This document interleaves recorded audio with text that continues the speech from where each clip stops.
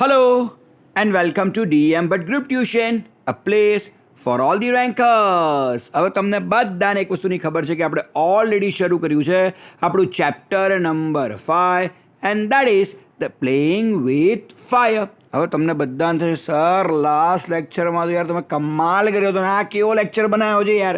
હવે પહેલી અગત્યની વસ્તુ બેટા ટેકનિકલ લેસન છે, થોડો ટેકનિકલ ઇસ્યુ આજે મને પણ નડ્યો છે એટલે વિડીયો થોડો આ રીતે બનાવી રહ્યો છું. તો યાર બધા જ મારા ભાઈઓ અને બધા જ મારી બહેનો આ વખતે જરા મને માફ કરજો, પણ વિડીયો કામનો છે એટલે ધ્યાનથી અંત સુધી જોજો. હા, ઇન્ટરેસ્ટિંગ બનાવવાનો ટ્રાય કે અગત્યની માહિતીઓ આપવાનો ટ્રાય 100% ડીએમ સર તમને કરશે તો ખરા જ. ચાલો બધી જ વસ્તુને નાખો સાઈડમાં, ધ્યાન જશે તમારું હવે માત્ર ને માત્ર સ્ક્રીનમાં. However, with the development of modern chemistry, light and color effects have become common in fireworks. હવે તમને બધાને ખબર છે કે fireworks એટલે જે કંઈ પણ pyrotechnics, okay, fire means fire and technique means art. તમને બધાને બરાબર રીતે ખબર જ છે આ વસ્તુ. તો સ્વાભાવિક છે કે ભાઈ આ જે કંઈ પણ તમારી આ ફાયર વર્ક્સ જે કંઈ પણ છે એ બે વસ્તુનો સમન્વય છે, ફિઝિક્સ અને કેમેસ્ટ્રી. હવે જેમ જેમ જેમ જેમ જેમ જેમ આપણી આ મોડર્ન કેમેસ્ટ્રી ડેવલપ થતી ગઈ એ પ્રકારે આ ફાયર વર્ક્સની અંદર જે કલર ઇફેક્ટ છે એ કલર ઇફેક્ટ પણ ધીમે ધીમે આવતી ગઈ. પહેલાંના જે કંઈ બી આથી તમે 20-25-30 વર્ષ પહેલાંના જો તમે ફટાકડા જુઓ કે કોઈ પણ ફાયર વર્ક જુઓ તો આવું રંગબેરંગી વસ્તુઓ અંદરથી નથી નીકળતી. કલર્સ બહાર એમિટ નહોતા થતા, એમિટ એટલે બહાર નહોતા આવતા. પણ હવે તમે જુઓ તો હવે બહુ જ બધા રંગબેરંગી પ્રકારના ફટાકડા તમને ફૂટતા જોવા મળે. Simple logic. આવું થવાનું રીઝન શું છે? તો આવું થવાનું રીઝન છે મોડર્ન કેમેસ્ટ્રીની સાથે સાથે આ બધી વસ્તુઓમાં બદલાવ આવતા ગયા છે. In the last century the discovery of aluminium, magnesium and titanium, આ ત્રણ પદાર્થોને બરાબર યાદ રાખજો. And they are aluminium, magnesium and titanium which burn at high temperatures emitting bright light dramatically improve the brilliance of fireworks. હવે ત્રણ તત્વોને બરાબર યાદ રાખજો. કયા કયા ધાતુ કે જે કંઈ તમે વિજ્ઞાનની ભાષામાં કહો તે મને કદાચ ભૂલ પડી જાય તો અંકિત સરને પૂછી લેવાનું યાર. તો એલ્યુમિનિયમ છે, મેગ્નેશિયમ છે, ટાઇટેનિયમ છે. ઓકે, હવે જ્યારે પણ આ ત્રણ ધાતુઓને તમે બહુ જ ઊંચા તાપમાને જો ધારો કે સળગાવો છો તો થશે શું? થશે એક્ઝેક્ટલી આ પ્રકારે કે બહુ ડ્રામેટિકલી એ ફાયરવર્ક્સને શું કરશે ભાઈ? ઇમ્પ્રૂવ કરશે. ફાયરવર્ક્સને બહુ બ્રિલિયન્ટ બનાવવાની કોશિશ કરશે, બહુ જ કલરફુલ બનાવવાની કોશિશ કરશે. Okay, similarly colours too are recent development. હવે જે રીતે ફાયરવર્ક્સ આગળ વધી રહ્યા છે, ફટાકડા કે બીજા ત્રીજું જે વિજ્ઞાન ફાયરને લગતું છે આગળ વધી રહ્યું છે, એબ્સોલ્યુટલી એની અંદર જે કલર છે એ પણ બહુ લેટેસ્ટ ડેવલપમેન્ટ છે એવું તમે કહી શકો છો. The principal colour emitter in pyrotechnics were identify after decades of research. હવે તમે એવું ના સમજતા કે ભાઈ ફટાકડાની અંદર આ જે રંગો છે એ બહુ આસાનીથી અંદર મળી ગયા છે કે ભાઈ કેમેસ્ટ્રીમાં થોડું ઘણું ડેવલપમેન્ટ કર્યું કે કેમેસ્ટ્રીમાં થોડું ઘણું આઘા પાછું કર્યું ને આપણે ભાઈ આ ફાયર વર્ક્સની અંદર કલરને ઇન્ક્લુડ કરી દીધા છે, કલરને નાખી દીધા છે. ના ના ના ના ના, આમ જોવા જઈએ તો ઓછામાં ઓછું 20-25 વર્ષના રિસર્ચ પછી આપણે આ કામ કરી શક્યા છીએ. એટલે ભાઈ આ જે કંઈ પણ ફટાકડો ફૂટે છે ને તો ઓબ્વિયસલી તમે જે થ્રિલ થાય છે, તમે જે આકાશમાં જે રંગબેરંગી કલર્સ જુઓ છો અને તમે બહુ જ આમ ખુશ થઈ જાઓ છો અને આપણા મોઢામાંથી એક શબ્દ નીકળે છે, આય હાય જબરજસ્ત યાર. તો આ જે કંઈ પણ તમારા મોઢામાંથી નીકળે છે ને ભાઈ આવા ખતરનાક પ્રકારના શબ્દો એ માત્ર ને માત્ર 20-25 વર્ષની સાયન્ટિસ્ટ, જે કેમિકલ સાયન્ટિસ્ટ હશે કે કેમેસ્ટ્રીને લગતા જે કંઈ બી નિષ્ણાતો હશે એ બધાના મહત્ત્વના યોગદાનના સમન્વયને કારણે આ વસ્તુ બની છે એવું માની લો. થોડું ભારે ગુજરાતી થઈ ગયું પણ ચલાવી લો. These colors are formed in one of two ways, luminescence and incandescence. Okay, પહેલી જ અગત્યની વસ્તુ એક વસ્તુ બરાબર યાદ રાખજો કે જ્યારે પણ આ કલરનું જે બી ફોર્મેશન છે કે કલરનું અંદર ઇન્ક્લુઝન જે કંઈ પણ છે એ બે પદ્ધતિ અનુસાર થઈ શકે છે. સૌથી પહેલું કયું છે ભાઈ? લ્યુમિનસન્સ છે, અને બીજા નંબરે કોણ છે ભાઈ? ઇન્કેન્સેન્સ છે. ઓકે, હવે ઇન્કેન્સન લાઇટ એટલે શું ને લ્યુમિનસન્સ લાઇટ એટલે શું? 100% એનો પણ સારો એવો અભ્યાસ કરવો પડે એવો જરૂરી છે. ચાલો હવે ધ્યાનથી જ જોજો કે આ ઇન્કેન્સન લાઇટ જે કંઈ પણ છે એના વિશે થોડી ઘણી માહિતી આપણને અહીંયા આપેલી છે. Incandescent light is produced when a substance is heated so much that it begins to glow. હવે સિમ્પલ લોજિક ઇઝ ધીસ. કદાચ તમને આમાંથી પેરેગ્રાફ વાળો ક્વેશ્ચન આવી રીતે પૂછી શકે છે કે હાઉ ઇઝ ઇન્કેન્સેન્ટ લાઇટ પ્રોડ્યુસ. બહુ સીધો અને બહુ જ સરળતાથી જવાબ આપી શકાય કે incandescent light is produce when a substance is heated so much that it begins to glow. હવે તમને લોકોને એવું થાય સાહેબ આ ઇન્કેન્સેન્ટ લાઇટ શું અમે લોકોએ જોઈ છે? અલા હાસ તો જોઈ તો છે, થોમસ આલ્વા એડિસનનો બલ્બ, બીજું કશું જ નહીં. હવે તમારા ઘરમાં પણ બહુ બધા બલ્બ છે, એલઈડી બલ્બ નહીં, પેલો યલો વાળો બજાજ કા બલ્બ, એની વાત ચાલે છે. ઓકે, હવે તમે જરા જુઓ ને, ચલો એનું એક પરફેક્ટ એક્ઝામ્પલ બોસ તમને આપું. ઓકે, એ બલ્બને જરા સાઈડમાં નાખી દો યાર, બલ્બને સાઈડમાં નાખી દો તમે લોકો, કાઢીને પાછા ના નાખતા હો. ઓકે, ને તમારા બધા મમ્મીઓ મને મારવા આવશે. ઓકે, હવે સિમ્પલ લોજિક ઇઝ ધીસ કે બલ્બને જરા સાઈડમાં મૂકો અને તમને મસ્ત એક્ઝામ્પલ એનું આપું. એનું મસ્ત એક્ઝામ્પલ છે તમારી સ્ટ્રીટ લાઇટ. હવે તો 100% મેં જોયું છે કે બહુ બધી જગ્યાએ પેલી એલઈડી પ્રકારની સ્ટ્રીટ લાઇટ આવી ગઈ છે. ના, એલઈડી પ્રકારની સ્ટ્રીટ લાઇટને તમે ઇન્કેન્સેન્ટ લાઇટ સાથે કમ્પેર ન કરી શકો, એ અલગ પ્રકારની લાઇટ છે. ઓકે, હવે સિમ્પલ લોજિક ઇઝ ધીસ કે આ જે પ્રકારની ઇન્કેન્સેન્ટ લાઇટ છે ને, યાદ કરો પેલો વર્ષો પહેલાં પેલો યલો રંગનો પ્રકાશ આપતી હતી એ સ્ટ્રીટ લાઇટ્સ. ઓકે, હજુ બી બહુ બધી જગ્યાએ હશે ને તમારામાંથી બહુ બધા લોકોએ જોઈ પણ હશે, એમાં કોઈ કરતાં કોઈ બેમત તો છે નહીં. ઓકે, હવે તમે એમાં જુઓ કે એમાં હંમેશા કેવું થાય કે અંદર જે પેલી ટ્યુબ અંદર આપેલી છે, રાઈટ, જે ત્યાં ગોળો ના હોય ત્યાં ટ્યુબ હોય, બહુ જ મોટી ટ્યુબ હોય. ઓકે, તમે ધ્યાનથી એ હજુ બી આજુબાજુમાં તમને સ્ટ્રીટ લાઇટ જોવા મળે તો તમે ધ્યાનથી જોજો, અંદર બહુ જ મોટી ટ્યુબ હશે. એ ટ્યુબ છે ને ધીમે ગરમ થાય, અને જેમ એ ગરમ થાય એમ એ પ્રકાશ આપવાનું શરૂ કરે. તો અહીંયા ઇન્કેન્સેન્ટ લાઇટમાં એનાથી બેટર એક્ઝામ્પલ બીજું કોઈ હોઈ જ ના શકે. ઇન્કેન્સેન્ટ લાઇટ એટલે શું? તો incandescent light is produce when a substance is heated so much, કે જ્યારે એની અંદરના પદાર્થોને તમે સખત ગરમ કરો છો, ઇટ બિગિન્સ ટુ ગ્લો, અને ધીમે શું છે ભાઈ? ગ્લો એટલે કે પ્રકાશ આપવાની શરૂઆત કરે છે. Heat causes the substance to become hot and glow. Okay, હવે એબ્સોલ્યુટલી કેવું છે કે જેટલી ગરમી તમે વધારે આપશો ને, જેટલી એ ટ્યુબ વધારે ગરમ થશે ને, એટલી જ વધારે ગ્લો, એટલો જ વધારે પ્રકાશ એ આપવાનું શરૂ કરશે. હવે ધ્યાનથી તમે બી જ્યારે બી જો તમારી આસપાસ આવી કોઈ સ્ટ્રીટ લાઇટ હોય તો તમે પણ હવે આવી સ્ટ્રીટ લાઇટને બિલકુલ ધ્યાનથી માર્ગ કરજો. Initially emitting is equal to ઉત્સર્જન કરવું, બહાર પાડવું, સમથિંગ લાઇક ધીસ. ઓકે, તો ઇનિશિયલી એમિટિંગ ઇન્ફ્રારેડ, શરૂમાં જો તમે લાઇટને જોશો ને તો એ ઇન્ફ્રારેડ જેવી લાગશે, થોડીક લાલાશ પડતી જેને કહેવાય ને તેવું. ધેન રેડ, પછી એ બિલકુલ લાલ થઈ જશે. Okay, then it become orange, પછી એ ઓરેન્જ જેવી લાઇટ થશે. ઓકે, હજુ તમે એને ઓર ગરમ કરશો, it will become yellow. Okay, હજુ યલોને ઓર ગરમ કરશો એ ટ્યુબને, it will become white. Okay, તો ઓબ્વિયસલી ઓકે કે આ જે કોઈ પણ આના કલર છે એ ધીમે બદલાયા કરે. હવે આપણને થાય કે સ્ટ્રીટ લાઇટમાં પણ શું આવું થતું હશે? હા, થાય, આપણા કોઈનું ધ્યાન ના હોત.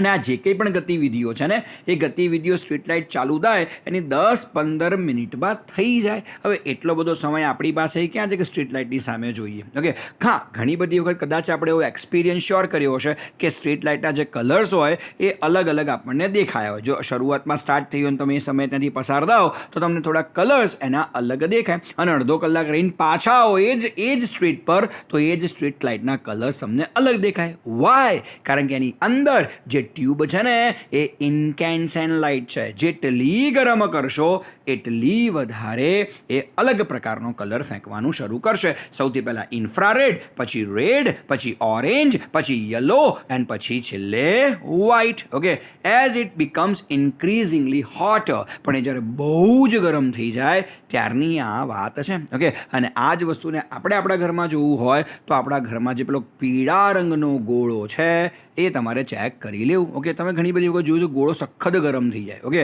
ગોળો ચાલ્યો હોય ને 15-20 મિનિટ, ગોળાને ડાયરેક્ટ હાથ ના લગાવાય, એ સખત ગરમ હોય. કેમ? એની અંદરની જે પેલી નાનકડી ટ્યુબ જેવું તમને દેખાય છે ને, એ ઇન્કેન્સેન્ટ ટ્યુબ છે, નથિંગ એલ્સ. ચલો થોડાક આગળ જઈએ છે. When the temperature of a firework is controlled, the glow of its metallic substance can be manipulated to be a desired color at the proper time. Obviously, બસ આ ઇન્કેન્સેન્ટ લાઇટ જેવું જ છે આમાં કંઈક. ઓકે, કે ભાઈ કેમિસ્ટ્રીમાં પણ જ્યારે એની અંદર પેલા કલરો છે તો એ કલરોને અમુક ચોક્કસ એન્વાયરમેન્ટમાં અમુક ચોક્કસ પેલું ગલનબિંદુ કહી શકાય ને. ઓકે, યા ચોક્કસ જગ્યાએ એને ગરમ કરવામાં આવે, ચોક્કસ રીતે એને ગરમ કરવામાં આવે, અને ઓબ્વિયસલી સમય અનુસાર જે ગરમ થયા જ કરે તો એ અલગ ટાઈમે તમને અલગ જ પ્રકારનો કલર આપે એવું બની શકે. એને એવું કહી શકાય controlled. Firework is controlled in temperature. Okay, જ્યારે એને એના ટેમ્પરેચરને કંટ્રોલમાં રાખવામાં આવે તો અલગ અલગ કંટ્રોલ્ડ ટેમ્પરેચરમાં એ અલગ અલગ રંગ એમિટ કરે છે, છોડે છે, બહાર ફેંકે છે એવું કહી શકાય at a proper time. No doubt about that. સૌથી બેસ્ટ ક્વેશ્ચન, ધ પ્રિન્સિપલ અહીંયા સિદ્ધાંતની વાત ચાલે છે. The principle behind any firework is that when heat is applied to fuel it burns using oxygen. હવે યાદ કરો ભાઈ, એક સેન્ટેન્સ છે CTSની અંદર, પ્રોસેસમાં heat dash dash dash dash dash. Okay, કાઉન્ટ્સમાં આપે છે પ્રોસેસ. તમે આ સેન્ટેન્સને ઘણી બધી રીતે બનાવી શકો છો. મેં પણ આ હીટ પ્રોસેસ પર વિડીયો બનાવ્યો છે અને પ્રોસેસના વિડીયોમાં મેં આ હીટવાળું સેન્ટેન્સ લીધું જ છે. થોડુંક અલગ રીતે બનાવ્યું છે, થોડુંક સરળતાથી બનાવ્યું છે. પણ જો કોઈ વ્યક્તિને ટેક્સ્ટબુકમાંથી સેન્ટેન્સ બનાવવું હોય તો હીટવાળું, હીટ ડેશ ડેશ ડેશ કાઉન્ટ્સમાં પ્રોસેસ, એનું સેન્ટેન્સ બનાવવું હોય તો આ રહ્યું ભાઈ એનું સેન્ટેન્સ, કે heat is applied to fuel comma it burns using oxygen. બસ આપણે ખાલી કોમાની જગ્યાએ શું લખવાનું છે? એન્ડ લખી દેવાનું છે. તો heat is applied to fuel and it burns using oxygen. બની ગયું તમારું પ્રોસેસનું સેન્ટેન્સ. ઓકે, ગુજરાતીની વાત કરીએ તો જ્યારે પણ ફ્યુઅલ, અહીંયા ફ્યુઅલ શું છે? તો અહીંયા ફ્યુઅલ પેલો ગન પાવડર છે, રાઈટ? ગન પાવડર એટલે બ્લેક પાવડર, જેની થિયરી પેલા ઇંગ્લિશ મોંક એટલે કે પેલા અંગ્રેજ સાધુએ ચોરી લીધેલી ચાઇના જોડેથી એવું કહી શકાય. તો સિમ્પલ લોજિક ઇઝ કે જ્યારે બી તમે પેલા બ્લેક પાવડર કે ગન પાવડરને હીટ એટલે કે ઉષ્મા જો તમે એને આપો છો તો ઇટ બર્ન્સ યુઝિંગ ઓક્સિજન. વાતાવરણ જે ઓક્સિજન છે એનો એ સહારો લેશે અને પછી એ ધડાધડ સળગવાનું શરૂ કરશે. However, because the fuel is packed tightly to keep the heat in the burning take place all of a sudden. હવે થાય છે એક્ઝેક્ટલી કેવું કે અહીંયા કેવું છે કે જે કોઈ પણ તમારા ફટાકડા છે કે જે કોઈ પણ તમારા ફાયરવર્ક્સ છે એ બધા જ ફાયરવર્ક્સને કેવી રીતે પેક કરવામાં આવે છે? બિલકુલ એ ટાઇટલી પેક કરવામાં આવે છે, બહુ જ જડબે સલાક રીતે એને પેક કરવામાં આવે છે. Okay, to keep the heat in the burning take place all of a sudden.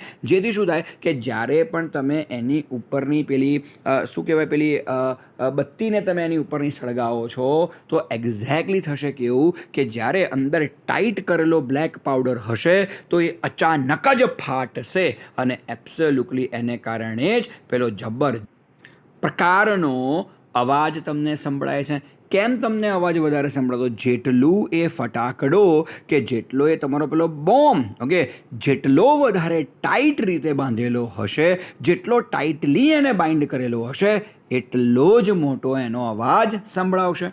It causes the characteristic of loud noise. Okay, કોઈ પણ બોમ્બની અંદર એક કેરેક્ટરિસ્ટિક લાઉડ નોઇઝ હોય છે. દરેક બોમ્બના અવાજ અલગ અલગ હોય. ઓકે, તમે ધ્યાનથી વિચારો કે કોઈ માણસ લક્ષ્મી બોમ્બ ફોડે છે. ખરેખર એકચ્યુઅલી લક્ષ્મી બોમ્બ તો છે ને લક્ષ્મી ટેટો છે, પણ એની વેઝ લોકો એવું કે લક્ષ્મી બોમ્બ તમે ફોડો તો લક્ષ્મી બોમ્બમાં જે ઉપર એનું જે પેકિંગ છે ને એ પેકિંગ માત્ર ન્યૂઝપેપરના કાગળોથી કરેલું હોય છે એટલે એનો એટલો મોટો અવાજ ના આવે. ચકલી બોમ્બ ફોડો. હવે ચકલી એ બોમ્બ નથી યાર, ચકલી ટેટો છે. ઓકે, ચકલી નામમાં પાંચ બોમ્બ જેવું કશું છે નહીં યાર, પણ તોય લોકો કહ્યું તો ચકલી બોમ્બ ફોડીશ. સારું બાપા, ચકલી બોમ્બ ફોડ, તું ચકલી ચુવારા. પણ એનીવેઝ તમે ચકલી બોમ્બ કે લક્ષ્મી બોમ્બ ફોડો, એનો એટલો મોટો અવાજ નહીં આવે. તમે ધ્યાનથી ચેક કરો, એટલો મોટો અવાજ નહીં આવે. કેમ નહીં આવે એનો એટલો મોટો અવાજ? કેમ? કારણ કે એને બાઇન્ડ કર્યું છે, એને બાંધ્યું છે, પણ શેનાથી બાંધ્યું હોય? ન્યૂઝપેપરના કાગળોથી બાંધેલું હોય. એટલે કાગળિયા બહુ બધા થાય, એ લોકોને એવું લાગે કે આપણે બહુ ફટાકડા ફોડ્યા જ બાપુ, પાર્ટી લાગે છે પાર્ટી. હા, કાગળિયા બહુ બધા થાય, પણ સાચી એક વાત કહું, નોઇઝ બહુ મોટો ના આવે. પણ એની સામે તમે મિર્ચી બોમ્બ ફોડો તો ચકલી બોમ્બ કરતા કે પછી તમારા લક્ષ્મી બોમ્બ કરતા absolutely I can say Lakshmi bomb એટલે પાછું પેલું અક્ષય કુમાર વાળું લક્ષ્મી બોમ્બની વાત નથી ચાલતી બાપા. ઓકે, હા અલગ છે, બહુ જૂનો લક્ષ્મી બોમ્બ આવે જાતો. ઓકે, તો લક્ષ્મી બોમ્બ જે કંઈ પણ છે એ ફૂટે ને એના કરતાં તમે જોશો ને તો પેલી મિર્ચી બોમ્બનો અવાજ એનાથી વધારે છે. કેમ? કારણ કે મિર્ચી બોમ્બ થોડુંક લક્ષ્મી બોમ્બ અને ચકલી બોમ્બ કરતાં તો વધારે ટાઈટ બાંધેલો હોય છે. ઓકે, હવે મિર્ચી બોમ્બ કરતાં તમે જોજો 555નો અવાજ એનાથી વધારે મોટો હશે. ઓકે, કેમ? કારણ કે 555નું જે બાઇન્ડિંગ છે, 555ને જે બાંધવાની જે કળા છે એ તમે ધ્યાનથી જોજો મિર્ચી બોમ્બ કરતાં વધારે હશે. અને સૌથી મોટો અવાજ બોલો કયો બોમ્બ આપે? પરફેક્ટ બોસ, પરફેક્ટ વિચાર્યું યાર, સૂતળી બોમ્બ. તમે ધ્યાનથી જો, એ સૂતળી બોમ્બને સૂતળીઓથી, પેલી ગ્રીન કલરની સૂતળીઓથી બાંધેલો હોય છે. એ સૂતળીઓ તમે ધ્યાનથી જોજો, એની ઉપર ફેવિકોલ લગાવીને એને ચોંટાડેલી હોય છે, કે પછી કોઈ પણ પ્રકારનો ગમ લગાડીને એને ચોંટાડેલું હોય છે. હવે તમે એટલા વર્ષથી મગજથી વિચાર લો કે કેટલું જોરદાર, કેટલું ટાઇટલી બ્લેક પાવડરને બાંધેલો છે. હવે જ્યારે પણ તમે બ્લેક પાવડરને બહુ જ ટાઇટલી બાંધો છો ને, અને જ્યારે પેલી ઉપરની એની બત્તી તમે સળગાવો છો, બત્તી એટલે ફ્યુઝ કહી શકાય તમારી ભાષામાં, હવે હું તો ભૂલી ગયો એને શું કહેવાય, પણ બત્તી જ કહેવાય. તો એ બત્તીને તમે જ્યારે સળગાવો છો ને, ડિવેટ, હા બાપા, જો ગુજરાતી વળી યાદ નહોતો આવતો, ડિવેટને તમે જેવું સળગાવો છો ને, ભમ્મ દઈને જે બોમ્બ ફૂટે, ભમ્મ દઈને જે બોમ્બ ફૂટે ને, દરેકના અવાજ જબરજસ્ત હોય. લક્ષ્મી બોમ્બમાં, ચકલી બોમ્બમાં કોઈને કશોય ફરક ના પડે. મિર્ચી બોમ્બ એક સાથે 4-5 ફોડ નાખો તો મમ્મી સહેજ આમ બૂમ પાડે કે હે. ઓકે, 555 2-4 વાર ફોડ દો તો પપ્પાએ આમ જરા ઊભા થઈને જોવા બહાર આવે કે શું થયું છે લ્યા. પણ સૂતળી બોમ્બને 2-4 ફોડી નાખો તો આખું ગામ બહાર આવીને જુએ કે લ્યા એ ભાઈ કોઈનું ઘર તો નથી ઉડાડી દીધું ને લા. Okay, simple logic. કેમ? અવાજ જબરજસ્ત આવે છે ને, એનું બાઇન્ડિંગ છે સાહેબ. બ્લેક પાવડરનો આમાં કોઈ કમાલ નથી. જેટલું જોરદાર બાઇન્ડિંગ હશે એટલો વધારે સારો અવાજ તમને એનો જોવા મળે. ચલો ફટાફટ આગળ જઈએ છે. બહુ ડિટેલમાં સમજાવી નાખ્યું બાપા મેં તો. આ the actual manufacturing process of firework is simple. પણ ખરેખર તમે જોવા જાઓ તો એની મેન્યુફેક્ચરિંગ એકદમ સિમ્પલ છે. The raw materials required are fuel, binders, oxidisers, okay, and a few other materials. આમ જોવા જઈએ તો એના માટે એક ફ્યુઅલ જોઈએ એટલે બ્લેક પાવડર જોઈએ, બાઇન્ડર્સ જે બાઇન્ડ કરવા માટે, oxidisers to make it burn, okay, ડિવેટ જેને કહી શકાય તે, and a few other materials, નાના મોટા બીજા મટીરિયલ છે. The ingredients are ground. અહીંયા ગ્રાઉન્ડનો મિનિંગ તમે પેલો ગ્રાઉન્ડ ના સમજતા, GRIND, ગ્રાઇન્ડ. ગ્રાઇન્ડ એટલે દળવું, દળવાનું ઇંગ્લિશ, દળવાનું V2 એટલે કે ભૂતકાળનું રૂપ, અને પાસ્ટ પાર્ટિસિપલ શું થાય છે? ગ્રાઉન્ડ થાય છે. ગ્રાઇન્ડ, ગ્રાઉન્ડ, ગ્રાઉન્ડ, એનું એ ટાઈપનું છે. Okay, the ingredients are ground, કે બધાનો એક મસાલો બનાવવામાં આવે છે, એન્ડ મિક્સ વેલ, એકબીજા સાથે ભેળવી દેવામાં આવે છે. અને the mixture is pushed through your machine from which it comes out as a long roll or strips. Okay, simple logic.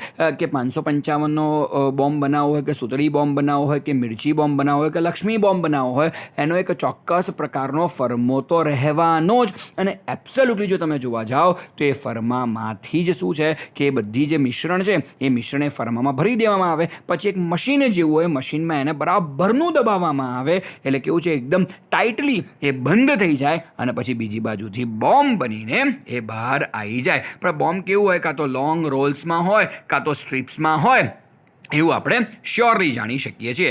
And then rolled in cardboards or old newspaper with a fuse. Okay, અને પછી એ જે વસ્તુ બહાર આવી છે એને કાં તો કાર્ડબોર્ડની અંદર, જો 555 મિર્ચી હશે તો એને કાર્ડબોર્ડમાં, સૂતળી બોમ્બ હશે તો એને સૂતળીમાં, ઓકે, અને લક્ષ્મી બોમ્બ કે ચકલી બોમ્બ જશે તો ઓબ્વિયસલી એને ન્યૂઝપેપરમાં ફ્યુઝ. ફ્યુઝ એટલે તમારી ભાષામાં દિવેટ, મારી ભાષામાં બત્તી. ઓકે, એબ્સોલ્યુટલી એ પણ એની ઉપર લગાવી દેવામાં આવે, જેથી કરીને શું થાય કે કોઈ પણ પ્રકારની તકલીફ વગર વગર તમે એક સારામાં સારો લાઉડ નોઇઝ સાથે એ ફટાકડો ફોડી શકો અને તમે વટ પાડી શકો, બીજું કંઈ નહીં. The greatest danger of pyrotechnics. What is the greatest danger of pyrotechnics? આવો ક્વેશ્ચન આવતો હોય છે તો બરાબર આ લાઈનમાં યાદ રાખજો. The greatest danger of pyrotechnic is that it deals with fire. સાહેબ, આમાં આગનો સમન્વય છે અને આગ, પાણી અને હવા જેટલા દૂર રહે એટલું સારું. ઓકે, હવા એટલે પછી તમને હવા ના લાગી જાય, હવામાં ના ઉડવા માંડતા, એવું કહેવા માંગે છે. ઓકે, તો આગ અને પાણીથી તો બોસ દૂર જ રહેવું જોઈએ. ઓકે, અને એમાં આગ તો સૌથી ડેન્જર વસ્તુ છે. તો બસ પાયરોટેકનિકમાં સૌથી ખતરનાક વસ્તુ શું છે? તો એ છે આગ. The industry is notorious. બહુ જ મસ્ત વાત તમને કહું છું. ફેમસનું ઓપોઝિટ થાય છે નોટોરિયસ. ઓકે, હવે જો ફેમસ એટલે પ્રખ્યાત અને નોટોરિયસ એટલે નામચીન.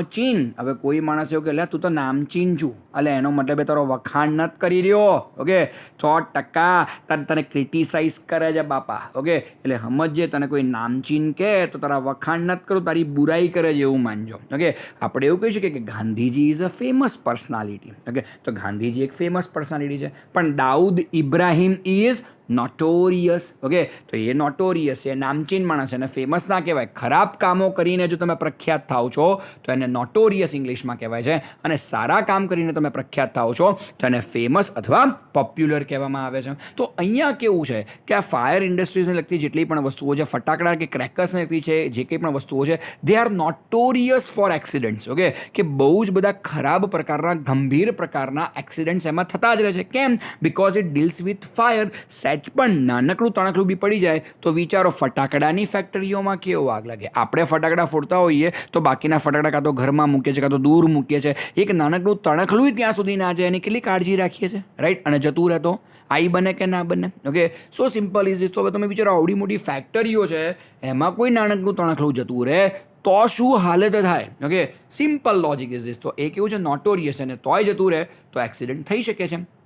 Weather in USA, Japan or India, though the mixture is stable if kept cool and dry, it can catch fire if heat is accidentally applied through too much friction, sometimes, or form a spark or an impact. હવે આમ તો એવું કહે છે કે જેટલા પણ ફટાકડા કે બીજું કશું પણ હોય એને ઠંડી જગ્યાએ જ રખાય. એસીવાળી જગ્યાએ રખાય નહીં, એ ડેમ્પન થઈ જાય, હવાઈ જાય, એમાં હવા ભરી જાય. એટલે પાછું એસીવાળી જગ્યામાં તો નહીં, પણ જે જગ્યાએ પંખો કાંઈ ના હોય એવા રૂમમાં એને ભરી રાખવાનું. બહુ તો પંખા ઓન કરો, દેટ્સ ઓકે. પણ તો પણ તમે વિચારો કે જો બહારનું ટેમ્પરેચર બહુ બધું વધી જાય ને, તો પણ અહીંયા બહુ જ બધો બ્લેક પાવડર એક સાથે સંગ્રહ કરેલો છે, તો પણ એ ફાટી શકે છે. કદાચ કોઈ નાનકડો લાઇટમાં કે ટ્યુબલાઇટમાં કે પંખાની સ્વિચમાં બી નાનકડો સ્પાર્ક થઈ જાય ને, નાનકડો સ્પાર્ક, તો પણ તમે વિચારો એ ફેક્ટરીની અંદર આગ લાગી શકે છે. ઓકે, અને બીજું ઘણું બધું. ઓકે, બીજી ઘણી બધી વસ્તુઓ હોય છે, નાની મોટી વસ્તુઓનું પણ જો એક વાર પણ ધ્યાન ના રહે તો ભાઈ ગંભીર અકસ્માત થઈ શકે છે.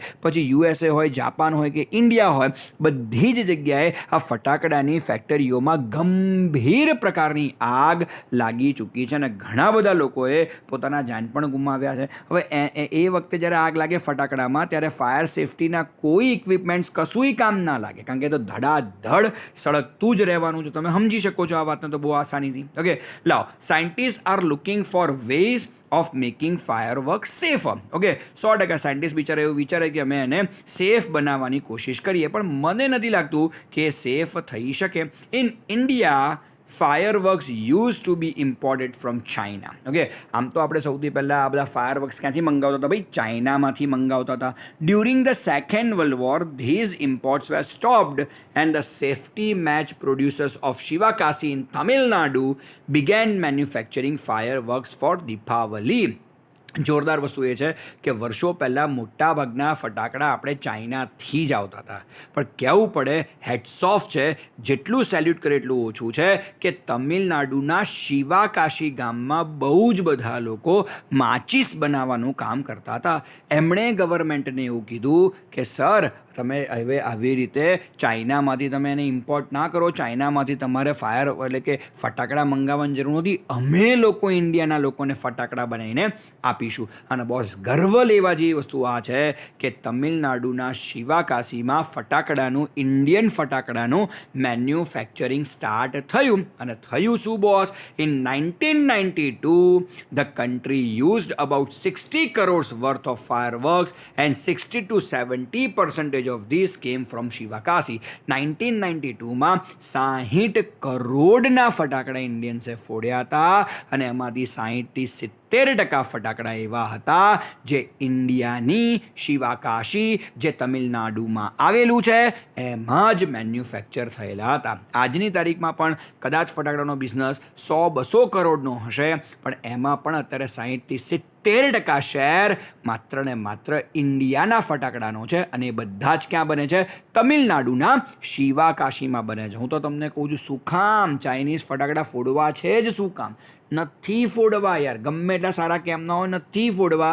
શિવાકાશી જે ફટાકડા બનાવે એ જ ફોડો. ઓકે, એટલે માન લો કે જો આ રેશિયો અત્યારે બી 60 થી 70%નો હોય તો આપણું આ કર્તવ્યમાં આવે છે, આપણી ફરજમાં આવે છે કે આ રેશિયો આપણે 100% 100% સુધી લઈ જવો જોઈએ. આપણે બધા જ ફટાકડા ઇન્ડિયન બ્રાન્ડના જ ફોડો ને, શું કામ ચાઇનીઝ બ્રાન્ડના આપણે ફોડવા જ નથી? Simple logic is this. In Sivakasi, હવે શિવાકાશી કેવું છે કેવું નહીં એના વિશે પણ માહિતી મેળવી લો. Okay, in Sivakasi fireworks are manufactured in a number of small units. ત્યાં બહુ નાના સ્મોલ યુનિટ છે, મોટી ફેક્ટરીઓ નથી. કારણ કે વર્ષો પહેલાં એ લોકો મેચ બોક્સ એટલે કે દીવાસળી બનાવવાનું કામ કરતા હતા અને હવે એ લોકોએ ફટાકડા બનાવવાનું શરૂ કર્યું છે. 1992થી કર્યું છે. જો કે આમ તો આ કામને પણ લગભગ 28 years થઈ ગયા અત્યારે, પણ તો પણ હજુ નાના યુનિટ તમને ત્યાં જોવા મળે.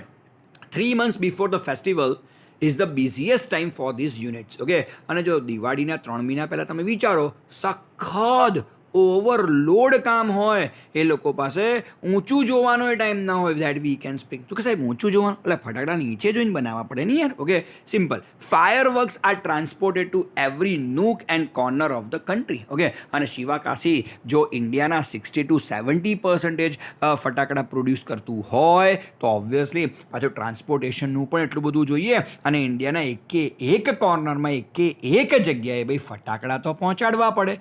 The working condition of these units are however far from satisfactory. Okay, ભલે આ લાઈન અહીંયા લખી છે પણ હું બહુ સંમત નથી. એવું કહે છે કે ભાઈ આ લોકોનું કામ એવું છે કે ત્યાં વર્કરોની હાલત એવી છે કે બહુ સેટિસ્ફેક્ટરી નથી, આમ છે તેમ છે, બધી મોટી વાતો લખી છે. પણ નો ડાઉટ હું એવું માનું છું, તમે દુનિયાના કોઈ પણ જગ્યાએ જઈ આવો તો આ ફાયરવર્ક્સ કામ જ એવું છે કે માણસોની સેફટી તમે ભલે ને ગમે તેટલી રાખો પણ તોય ક્યાંક ને ક્યાંક એમાં થોડું ઘણું તો આગું પાછું થઈ જાય. એટલે ઇન્ડિયાની જાપાન અને યુએસએમાં પણ લગભગ આવી જ હાલત છે. એટલે આપણે એવું નહીં વિચારું કે ઇન્ડિયા છે એટલે આવું જ રહેવાનું. ના, એવું નથી. ઇન્ડિયા ઘણું સારું કામ કરે છે. There are very few testing facilities for quality or uniformity and hardly any safety measures in force. હવે એવું કહે છે કે અહીંયા બહુ ખાસ સેફટી મેઝર્સ નથી, પછી કોઈ લેબ નથી કે જ્યાં ફટાકડાઓને ચકાસી શકાય, બીજું ત્રીજું અલગ પ્રકારની વસ્તુઓ. પણ હું હજુ પણ એવું માનું છું કે છતાં પણ શિવાકાશી એ બેસ્ટ કામ કરે છે, એમાં કોઈ કરતાં કોઈ બેમત તો નથી. This is why we here of accidents in Sivakasi year after year. હા, દરઅસલ એ વાત તો સાચી છે કે શિવાકાશીમાં બહુ જ બધા અકસ્માત અને ગંભીર પ્રકારના અકસ્માતો થાય છે. પણ યાર દુનિયાનો એવો એક પણ દેશ નથી કે જ્યાં આવું ફાયરવર્કનું મેન્યુફેક્ચરિંગ થતું હોય અને ત્યાં આવા ગંભીર અકસ્માતો ન થયા હોય. એ લોકો આગ જોડે રમવાનું કામ કરે છે અને જ્યારે તમે આગ સાથે રમતા હોવ તો કોઈ એક વ્યક્તિની એક નાનકડી ગલતી પણ એક મોટા ગંભીર અકસ્માતમાં પરિણમે છે. એમાં કોઈ કશું જ ના કરી શકે, ગમે એટલા તમે સેફટી મેઝર રાખો તો પણ. હા, એવું કહી શકાય, it is just a bed luck. It is very difficult to get information on how to manufacture fireworks because it is not considered safe to give everybody the details. હવે આ લોકો ફટાકડા કેવી રીતે બનાવે છે સાચું તમને કહું ને તો એ ક્યારેય કોઈને બહાર પાડતા નથી. ઇવન શિવાકાશી કેવી રીતે ફટાકડા બનાવે છે એના વર્કરોથી માંડીને એના માલિકોથી માંડીને ક્યારેય એની જે ટેકનિક છે એ ટેકનિક બહાર પાડતા નથી. કારણ કે આ ટેકનિક એવી છે કે જો આમાં થોડું ઓછા વધતા પ્રમાણમાં બ્લેક પાવડર ભરી દેવામાં આવે તો આ જ વસ્તુ આગળ જઈને બોમ્બ, ઓકે, જે ટેરરિસ્ટ અટેકમાં જે યુઝ થાય છે એ બોમ્બમાં પણ પરિણમે. એટલે સિમ્પલ લોજિક ઇઝ કે બહુ જ સિક્રેટ આની બધી ડિટેલ રાખવામાં આવે છે. Only a very few reliable persons are taught these art. યાદ રાખજો, કોઈ પણ એરો ગેરો નથું ખેરો આવીને શીખી જાય એવું ના બને બોસ. આ માત્ર ને માત્ર રિલાયેબલ પર્સન્સ, જે વ્યક્તિ પર તમે ભરોસો રાખી શકો છો એવા વ્યક્તિઓને જ આ કળા શીખવાડવામાં આવે છે. બધા માટે આ કળા છે જ નહીં અને બધાને આ કળા શીખવાડવામાં આવતી પણ નથી. In many countries fireworks are not allowed to be used by individuals. બહુ જબરજસ્ત વાત તમને કહું, દુનિયાના એવા કેટલા બધા દેશો એવા છે કે જ્યાં ફટાકડા ફોડવાની સખ્ત મનાઈ છે.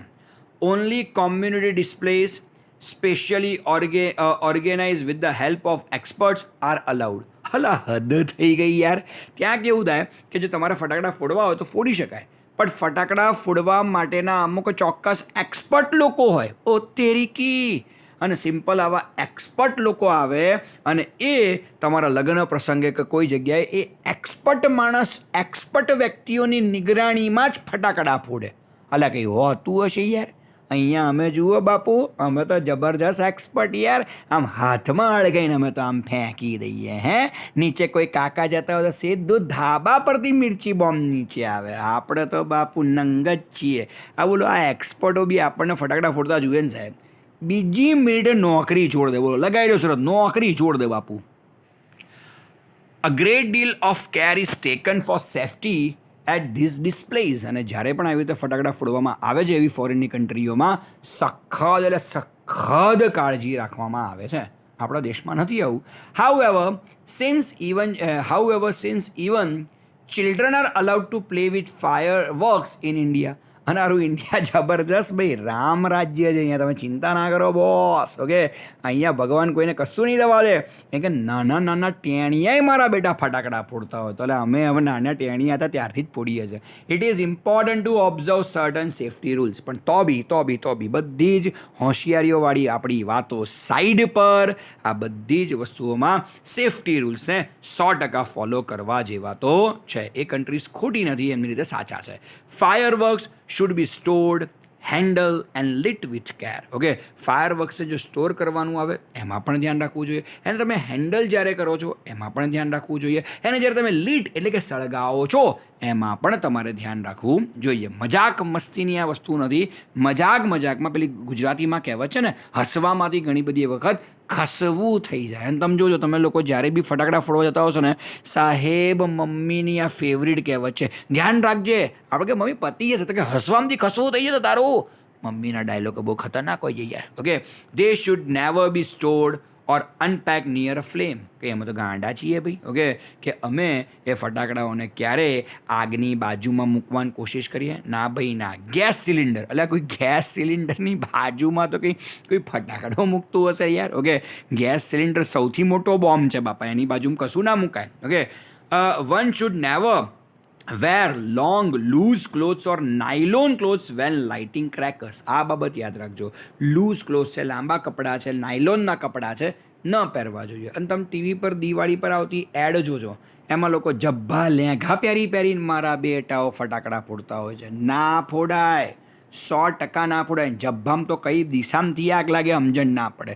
ધોતિયું પહેરીને તો બિલકુલ નહીં. એમાં તો આગ ક્યાં લાગે ને ક્યાં પતે ખબર ના પડે. લે એ હસવાની વાત નથી, સાચી વાત કહું છું બાપા. ઓકે, તો સિમ્પલ લોજિક ઇઝ ધીસ કે આવા લોંગ કપડાં કે નાયલોનના કપડાં કે લૂઝ કપડાં ન પહેરવા જોઈએ. ટાઈટ કપડાં પહેરીને તમારે ફટાકડા ફોડવા જોઈએ. And since the powder in cracker is, ધ્યાનથી is poisonous, they should never be carried loose.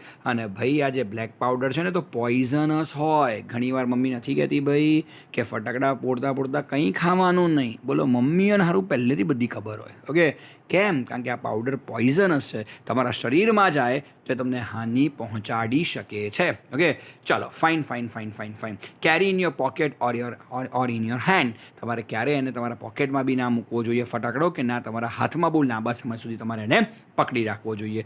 Also fireworks should never ever be lit inside a house. મરવું છે લે, આ બાપા પકડીને ફટકારે. એ કે ઘરની અંદર ફટાકડા ફોડવાનો ટ્રાય કરવાનો નહીં. ટીકડી અલાઉડ છે. ટીકડી અલાઉડ છે, ટીકડી ફોડો કોઈ ટેન્શન નહીં, પોપ પોપ ના, એ ચાઇનીઝ છે, નહીં અલાઉ. ચલો, never bend over a firework when you lightning it and never use fireworks to frighten people. બહુ સાચી વાત છે.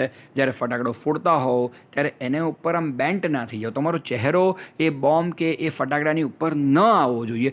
ઘણા બધા લોકોને ગભરાવવા માટે આવું કરતા હોય છે, ફટાકડા ફોડતા હોય જેની ઉપર નાખે.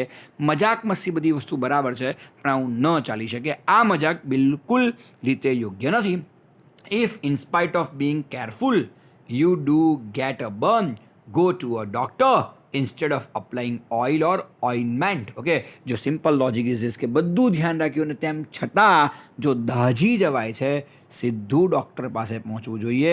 દેશી ઊંટ વૈદ્યા તમારે કરવાની જરૂર નથી. લોકો કે તેલ લગાવો ને, વેસેલીન લગાવો ને, આ લગાવો ને, તે લગાવો ને, ના ભાઈ ના. હા, ઠંડા પાણીમાં હાથ બોળવો, દેટ્સ અ ગ્રેટ થિંગ. બરફમાં હાથ બોળ દેવો બહુ સારી વસ્તુ છે, પણ ફ્રેન્કલી સ્પીકિંગ આ બધું જ તમારે ડૉક્ટરની સલાહ પછી કરવું જોઈએ. એમનેમ આપણને બધું આવડે છે એવું ન વિચાર લેવું જોઈએ. With care and consideration we can make our favorite festival a much safer one. જો સિમ્પલ લોજિક આટલી જ છે કે જો તમે તમારા આટલા ફેવરિટ દિવાળી જેવા ફેવરિટ તહેવારને જો તમે તમારો હર્ષોલ્લાસ આનંદથી વ્યતીત કરવા માંગતા હો તો ફાયરવર્ક સળગાવો, મજા કરો. ઇન્ડિયા સારી કન્ટ્રી છે કે નાના બાળકોને પણ ફટાકડા ફોડવાની અહીંયા છૂટ છે. સરસ, પણ ભાઈ થોડીક તકેદારી રાખવી પણ જરૂર જ છે. No doubt about that. Bus, that was all from Playing with Fire. Here DMs are signing off. Thank you. Bye.